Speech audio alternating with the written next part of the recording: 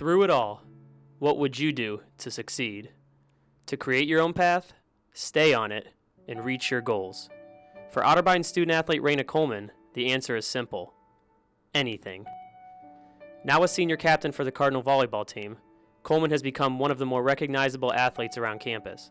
But if you were to trace back through the years, this now realistic outcome of success would have not been seemingly hopeful, but more along the lines of highly unlikely. Born and raised in Columbus, Ohio, Coleman attended nearby Columbus South High School, where she was a three-sport athlete and valedictorian of her graduating class.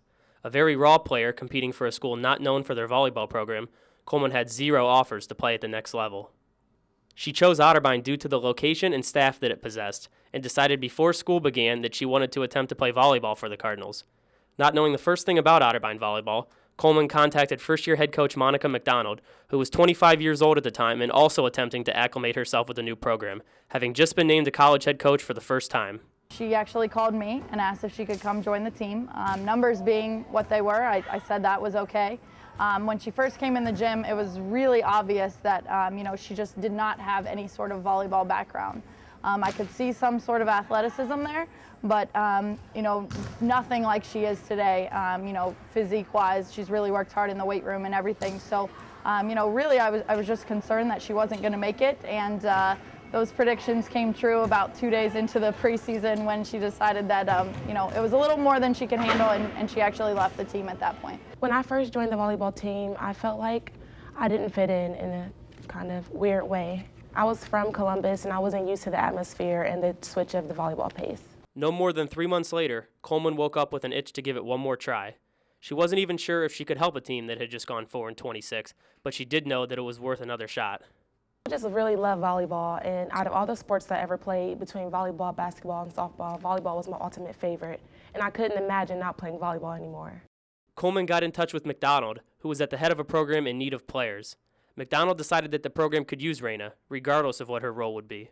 I'm definitely always concerned with how my team is going to respond. I mean, here's a kid that left a day and a half into preseason, and I'm going to bring her back and kind of put her back in with my team, who's been working hard all season. I really didn't think Rayna would be contributing on the court, any time in her playing career, and it was just kind of a numbers thing. We needed players, so I asked her to come back out for the team.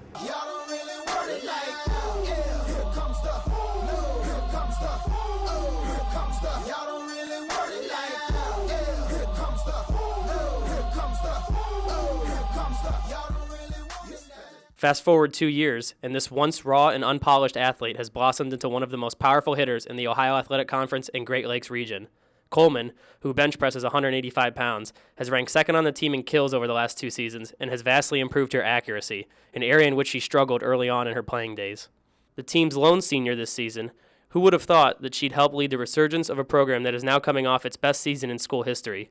3 years ago, she was an afterthought. Now, she's the face of a program.